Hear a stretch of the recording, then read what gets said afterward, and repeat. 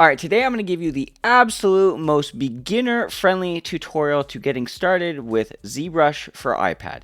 If you just picked up an iPad or just installed the app, you're probably looking at something like this.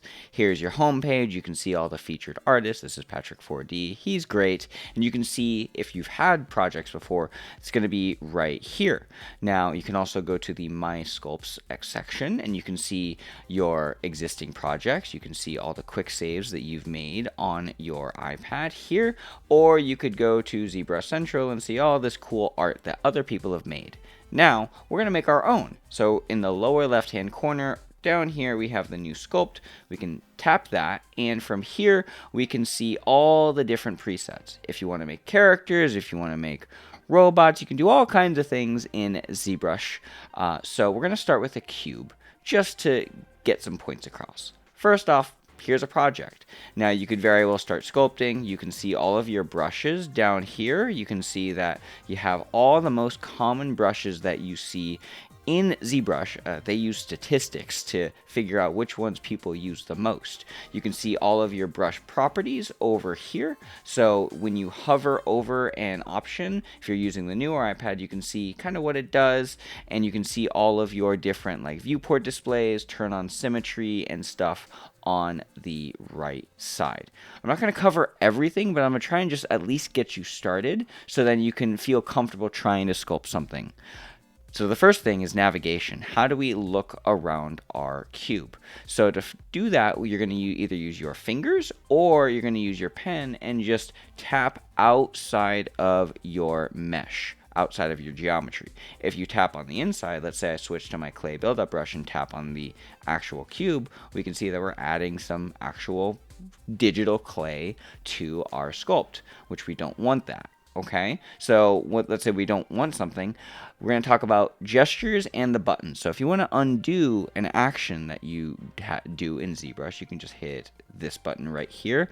But I'm lazy and I don't always want to hit buttons. So you can use two fingers. With two fingers, just tap, and that will undo. So that's the first gesture that we're going to talk about. So you could move around by clicking anywhere on the outside of your mesh, or you can use this little guy in the top right-hand corner, and this will help you snap to different views of different angles, basically. So we can look at the side, the right side, we can look at the left side, etc. And it kind of just snaps there.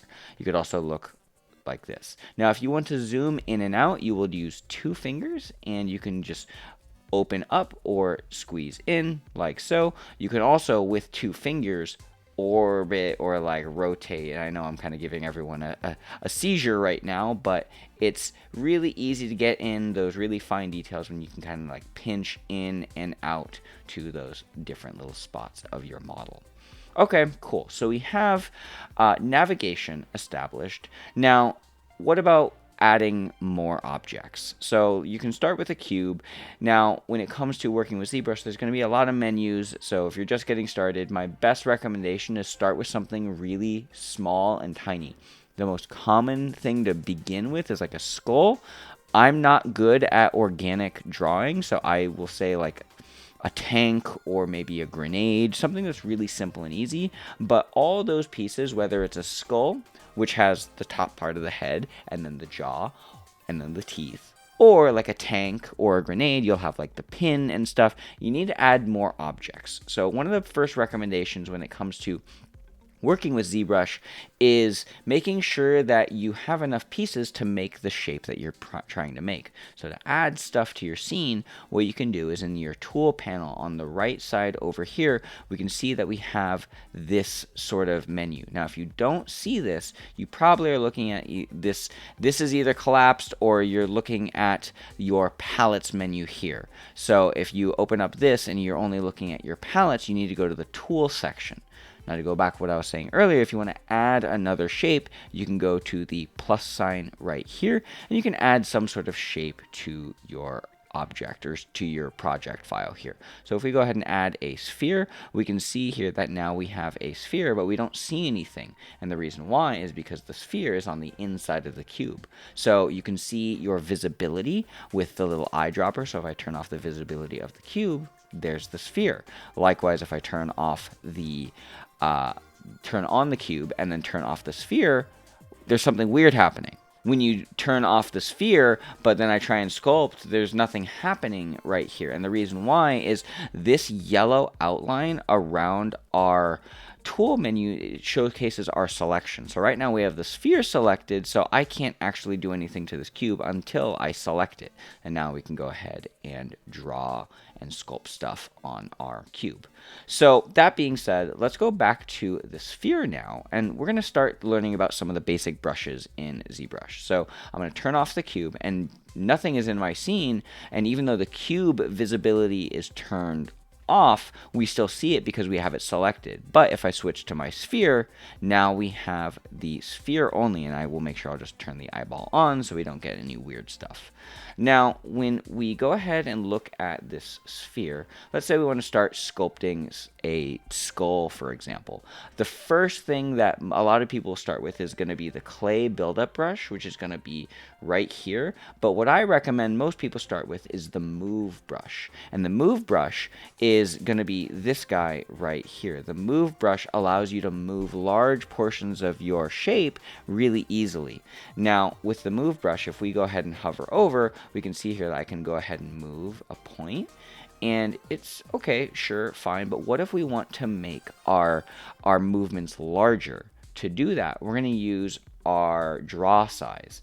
And this is going to be this icon over on the left side over here, and we can go up and down. And when we do that, it's going to make our brush size bigger, so we can pull and drag geometry kind of like so. Now, again, I'm super lazy, so instead I'm going to tap twice, 3 times with 2 fingers. When we tap on a screen with 2 fingers, we can undo an action, and we're going to undo that and go to our basic just sphere here. And I'm going to go ahead and tap on the center face, and the reason why I'm doing that is now I'm looking directly at the front of it. Now, if I want to do a move to help have this match the overall shape of my little dude here, imagine like I'm trying to sculpt this thing on this side.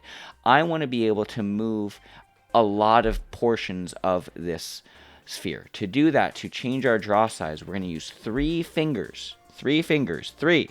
Go forward and backwards. When we do that, we're going to automatically increase our draw size. So when we do that, we don't even need this button because we have the gesture to do the thing. So we can go ahead and start maybe shaping this up to kind of make it a little bit thinner. Now, this is really inefficient because it's going to be really hard for someone who doesn't have a lot of organic background of drawing and stuff, and like that's me. I love hard surface modeling, so me trying to emulate the human form with drawing is really slow, and I'm bad at it, but I'm getting better. But to make it more efficient, let's go ahead and undo that with 2 fingers. Let's go back to the sphere.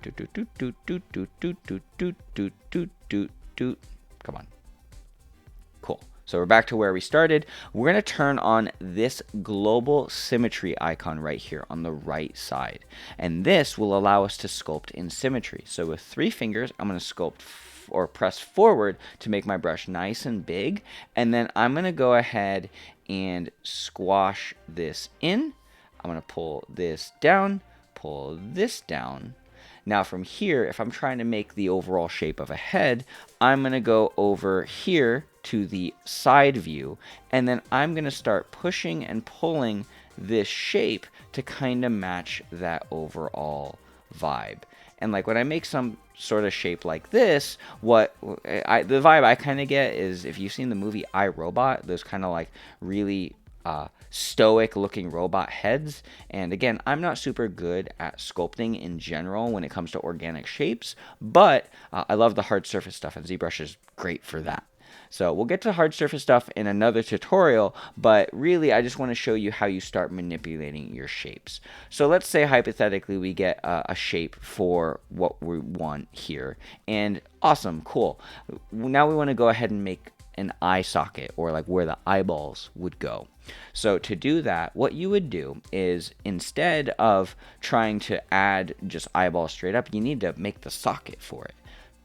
what we're going to do is we're going to use our clay buildup brush. Now with the clay buildup, if I go ahead and use 3 fingers and pull backwards and make it smaller, we can see here that we're adding clay. And now this is kind of giving us what we want, but there's a couple problems. The first is that this is a really wide geometry. It's not a lot of polygons to get that shape, so it looks a little like clumpy and weird. And on top of that, when you think about just the human shape in general, we have the bones for like the skull, but then the eyes are completely separate pieces to our body. They're organic flesh, so we can't just sculpt in like this. So first off, we're going to undo that, tap with 2 fingers. I'm using my middle and ring finger to tap there. Now, okay, we want to make those sockets that I mentioned earlier. What we're going to do is use this little menu on the left side. You can also move it to the right, wherever you are most comfortable. ZBrush on the iPad is very much a 2-hand application where it is recommended to use this little menu on the left or right, whatever hand you typically write with. Use this menu, and if you use the plus minus button, you see here, this button, the plus minus will allow you to either add or subtract. And the reason why I'm showing you this is if we hold the plus minus and then with the clay buildup brush down here, make sure we're looking straight on, plus minus, clay buildup, and now we can start sculpting in. So this is allowing us to get that socket effect sort of thing. So now we're getting kind of like a shape to the eyeballs right here, and great. Okay, cool. We have that, but the problem is it's still really clumpy and weird. Now, the way we fix that is we need to add geometry. So I'm going to go ahead and undo that one more time. We can add geometry in a couple ways, and in ZBrush there's 1,000 ways to skin a cat, but just getting started, what the most common thing people will do is use this Dynamesh tool.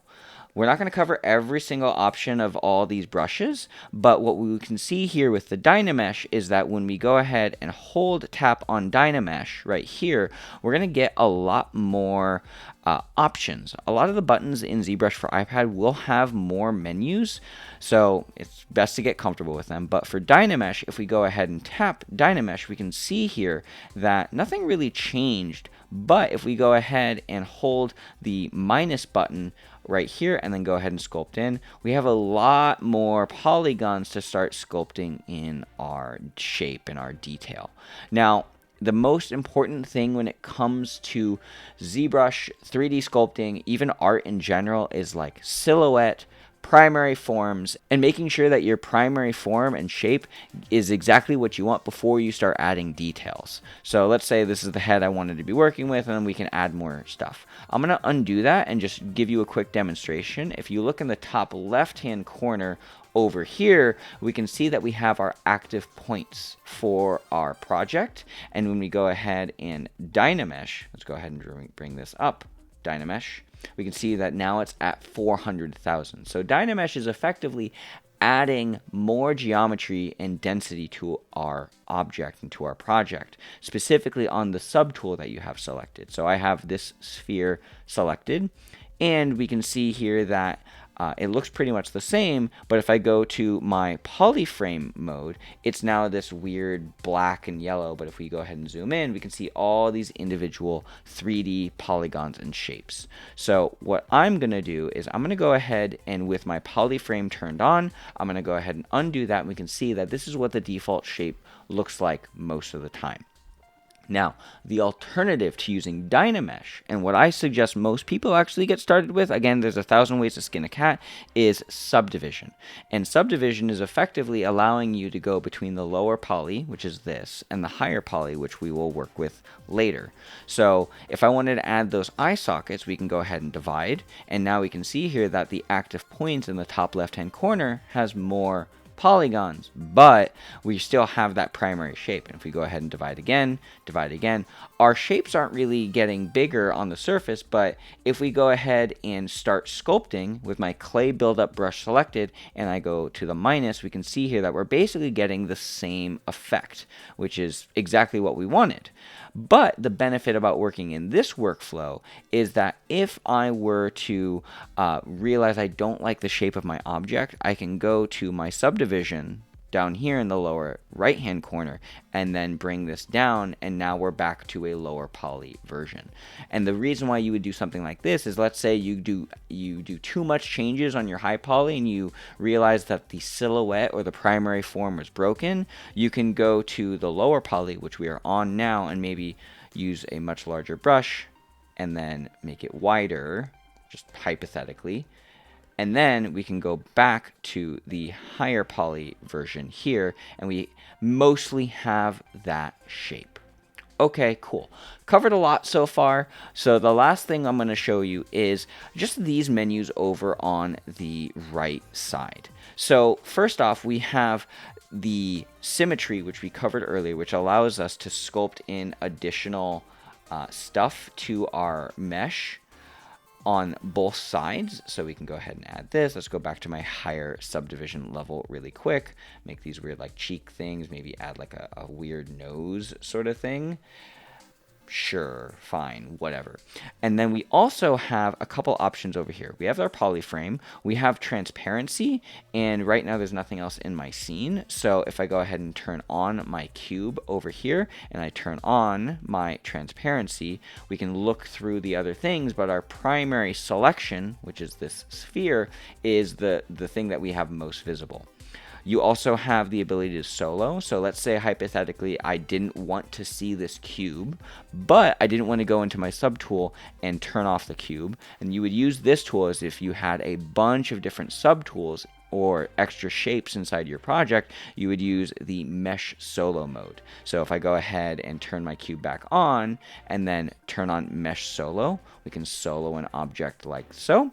And then the last thing that's worth sharing is this button, the Gizmo 3D. Now the Gizmo 3D is super useful because it allows us to move things around our scene without having to like use our move brush and try and just move things manually. So for example, let's say I wanted to go ahead and take this cube and move it to the right side. I'm going to turn off my mesh solo mode and select my Gizmo 3D here. We can see that we get this little crosshair action. What you're looking at here is the Gizmo. And the Gizmo is cool because it allows you to rotate. If you see these circles surrounding the center origin of this 3D shape, we can go ahead and spin it. We can undo that with a double tap.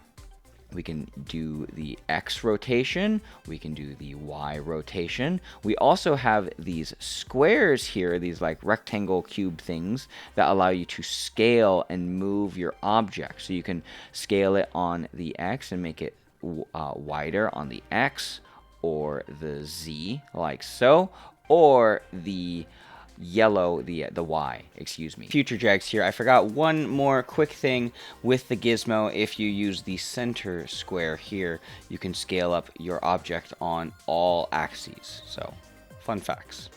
Back to past Jags. So from here, we can go ahead and scale it. You also have the arrows to move your object around. You also have the ability to, based on your view angle of your object, I'm going to go ahead and undo all of that.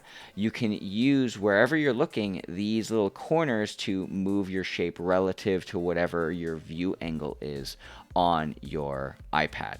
So I'm going to go ahead and undo that. The last thing that's worth sharing about the Gizmo is when you hold the plus minus button right here, it will allow you to move the Gizmo without actually moving the object. And the reason why this is valuable is if you wanted to scale off of a different axis point. You could also go ahead and undo that. You can use the unlock button right here to move the Gizmo and then relock it. Come on. Oh, make sure you don't have the pin button right here. I'm going to go ahead and move that over there. And then if I lock it, the reason why you would do something like this is if you wanted to scale it relative to your Gizmo. Now, you can see I just was scaling it, but it's not doing what I want. And the reason why is I have global symmetry on. So I'm going to go ahead and undo that, turn off global symmetry, and then we can see that it's squashing towards the Gizmo. Versus if I had global symmetry on, it's going to do different things. So there's definitely going to be a lot of little weird quirks about ZBrush. So if you have any questions, please feel free to leave a comment down below and I'd be happy to answer them. Now, the number one thing about the Gizmo that I love is this Alt key, because it basically unlocks it so you can basically reposition things. So I'm going to go ahead and hold the Alt key or the plus minus button over here, and then you have this button, which is the home point, and this will go to unmasked mesh center. We're not going to talk about masks today, but if we go ahead and tap that, it's going to bring our Gizmo to the very center of our object. And right now we have global symmetry on, so it's actually doing the center symmetrized. But if I turn off global symmetry and go back to the plus minus with my opposite hand, and then I use the little pin, we can go back to the center. Now let's say hypothetically I move this object over here, and now I want to move it over to the center of our world. I can hit the home button right here, and this allows you to just snap things directly to the home section. There's a lot of things about ZBrush that are worth knowing. So if you've gotten to this point in the tutorial, my number one recommendation is try a first little thing. If you like organic things, I'd recommend starting with a skull, maybe trying to make a face or something. Don't worry about the color right now. I'll make another tutorial soon, but just start with something and give yourself a 45-minute timer. Once you're done, that's it, because that's the best way you're going to improve. Don't make it perfect. Just start practicing with some of the tools, and yeah, hopefully you'll have some fun. Thank you so much for watching my face for this ZBrush getting started tutorial. I hope the time was worth it, because you're not getting it back.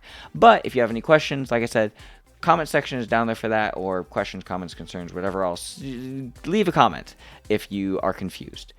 I'll leave it here with the last final tip. As always, eat 1 gram of protein per pound of body weight. Goodbye, my friends. Bye.